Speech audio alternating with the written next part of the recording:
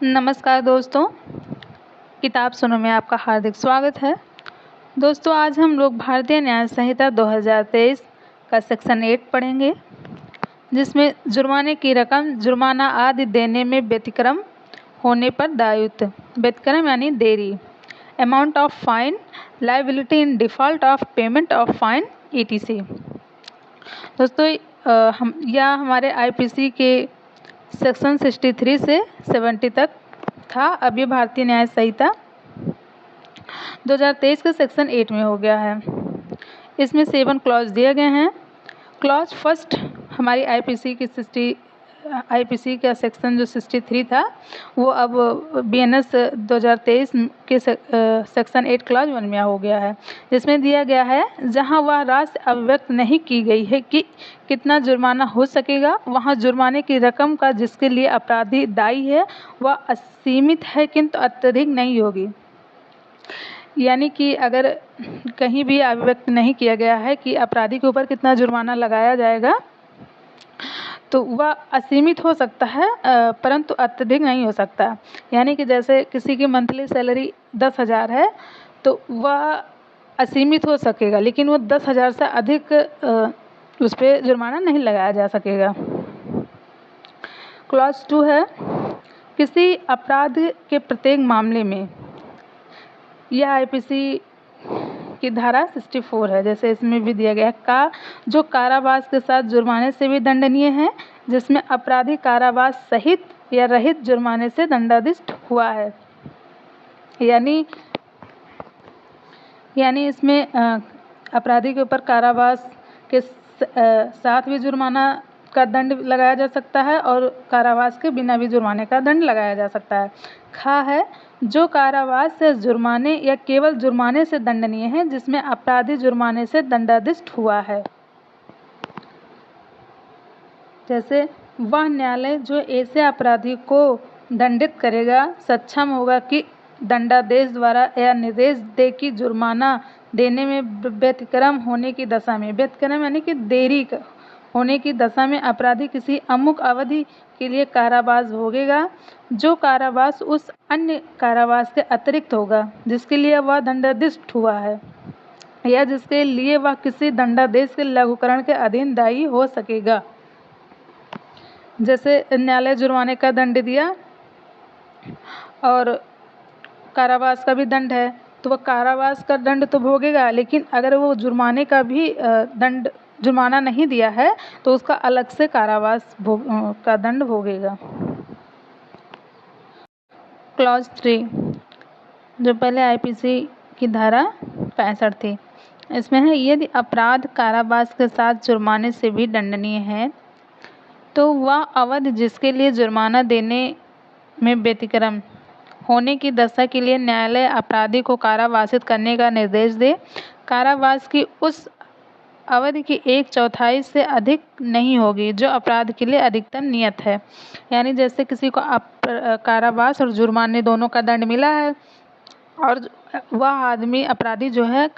जुर्माना नहीं देता है, तो उसको जितना कारावास मिला है उसका 1/4 भाग उस जुर्माने के लिए भी दंडित किया जाएगा। मतलब 1/4 वो भी कारावास में सम्मिलित हो जाएगा। क्लॉज 4 जो IPC की धारा 66 है, इसमें है, वह कारावास जिसे न्यायालय जुर्माना देने में व्यतिक्रम होने के लिए या सामुदायिक सेवा के लिए व्यतिक्रम में अधिरोपित करे, ऐसा किसी भांति का हो सकेगा जिससे अपराधी को उस अपराध के लिए दंडाधीश किया जा सकता है। जैसे वह कारावास जिसे न्यायालय द्वारा जुर्माना न देने में यानी व्यतिक्रम होने के लिए या सामुदायिक सेवा न करने यानी व्यतिक्रम से अधिरोपित करे, तो ऐसा किसी भांति का हो सकेगा जिससे अपराधी को उस अपराध के लिए भी दंडित किया जा सकता है। क्लॉज 5 यह IPC की धारा 67 है, इसमें है, यदि अपराध जुर्माने से या सामुदायिक सेवा से दंडनीय है तो वह कारावास जिसे न्यायालय जुर्माना देने में व्यतिक्रम होने की दशा के लिए या सामुदायिक सेवा में व्यतिक्रम होने की दशा में अधिरोपित करे सादा होगा और वह अवधि जिसके लिए जुर्माना देने में व्यतिक्रम होने की दशा में सामुदायिक सेवा में व्यतिक्रम होने की दशा में न्यायालय अपराधी को कारावासित करने का निर्देश दे। निम्नलिखित अवधि होगी। ऐसे यदि कोई व्यक्ति अपराध के लिए जुर्माने से और सामुदायिक सेवा से दंडनीय है, यानी उसको दंड दिया गया है, तो वह कारावास जिसे न्यायालय जुर्माना न देने की दशा में या सामुदायिक सेवा न करने की दशा में उसका जो कारावास होगा वह सादा होगा, और वह अवधि जिसके लिए जुर्माना न देने की दशा में सामुदायिक सेवा न करने की दशा, यानी कि व्यतिक्रम होने की दशा में न्यायालय अपराधी को कारावासित करने का निर्देश दे, जिसकी निम्नलिखित अवधि है। जैसे इसमें कहा है, जब जुर्माने की रकम 5,000 रुपये से अधिक की न हो तब 2 मास से अनधिक कोई अवधि। खा, जब जुर्माने की रकम 10,000 रुपये से अधिक की न हो तब 4 मास से अनधिक कोई अवधि। गा, किसी अन्य दशा में 1 वर्ष से कोई अवधि। क्लॉज 6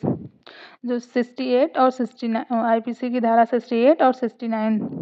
पहले थी, इसमें कहा है, जुर्माना देने में व्यतिक्रम होने की दशा में अधिरोपित कारावास तब समाप्त हो जाएगा जब वह जुर्माना या तो चुका दिया जाए या विधि की प्रक्रिया द्वारा उद्घृत कर दिया जाए। यानी कि जुर्माना देने में जो जुर्माना न जमा किया जाए और उसके लिए वह कारावास, जैसे न देने पे किस कारावास मिल जाता है, उसका कारावास समाप्त हो जाए या किसी विधि द्वारा वह उसको उद्घृत कर दिया जाए, तब वह जुर्माना खत्म हो जाता है। खा है, यदि जुर्माना देने में व्यतिक्रम होने की दशा में नियत की गई कारावास की अवधि का अवसान होने से पूर्व जुर्माने का ऐसा अनुपात चुका दिया जाए या उद्घृत कर दिया जाए कि देने में व्यतिक्रम होने पर कारावास की अवधि जो भोगी जा चुकी हो वह जुर्माने के तब तक न चुकाए गए भाग के अनुपातिक से कम न हो तो कारावास समाप्त हो जाएगा। खा है, यदि जुर्माना देने में व्यतिक्रम होने की दशा में नियत की गई कारावास के अवधि का अवसान होने से पूर्व जुर्माने का ऐसा अनुपात चुका दिया जाए या उद्घृत कर लिया जाए कि देने में व्यतिक्रम होने पर कारावास की अवधि जो भोगी जा चुकी हो वह जुर्माने के तब तक न चुकाए गए भाग के अनुपातिक से कम न हो तो कारावास समाप्त हो जाएगा। क्लॉज 7 या आईपीसी की धारा 70 पहले जो है क्लॉज सेक्शन 8 का क्लॉज 7 ये पहले आईपीसी की धारा सेक्शन 70 में दिया गया था। इसमें जुर्माना या उसका कोई भाग जो चुकाया ना गया हो दंडादेश दिए जाने के पश्चात 6 वर्ष के भीतर किसी भी समय और यदि अपराधी दंडादेश के अधीन 6 वर्ष से अधिक के कारावास से दंडनीय है तो उस अवधि के अवसान से पूर्व किसी भी समय उद्घृत किया जा सकेगा और अपराधी के मृत होना किसी भी संपत्ति को इस दायित्व से उन्मुक्त नहीं करती जो उसकी मृत्यु के पश्चात उसके ऋणों के लिए वैध रूप से दायी है। धन्यवाद दोस्तों।